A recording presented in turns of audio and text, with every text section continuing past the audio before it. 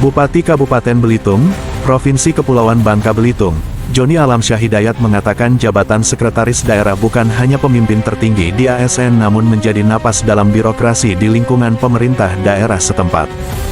Seorang sekretaris daerah bukan hanya pemimpin tertinggi di ASN, ia adalah pengatur, ia adalah nafas birokrasi penentu ritme jalannya roda pemerintahan, katanya saat melantik Marzuki sebagai sekretaris daerah Belitung di Tanjung Pandan, Selasa. Menurut dia, selain itu, jabatan sekretaris daerah juga menjadi penopang utama visi besar pembangunan Kabupaten Belitung saat ini.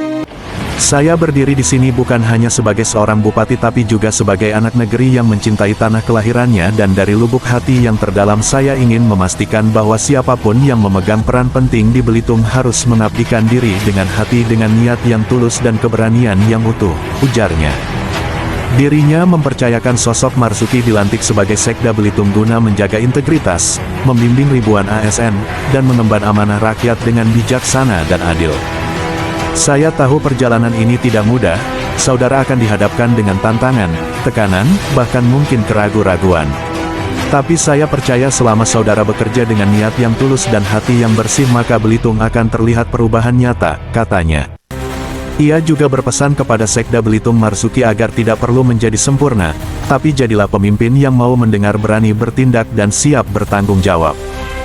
Disampaikan, rintangan ke depan tidak ringan, namun ia meyakini Sekda Belitung Marzuki memiliki kapasitas, keteguhan hati, dan ketulusan niat untuk mengemban tanggung jawab ini dengan sebaik-baiknya.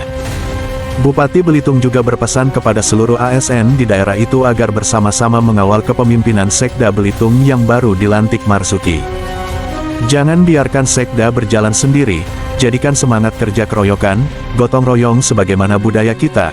Kita bukan hanya pelaksana tugas, kita adalah pelayan rakyat. Mari bekerja dengan ikhlas dan jadikan setiap langkah kita sebagai ibadah mengabdi kepada negeri ini. Bukan soal pangkat atau posisi, tapi tentang seberapa besar kita rela melepaskan ego bekerja dengan senyap dan memperjuangkan yang terbaik untuk rakyat, ujarnya.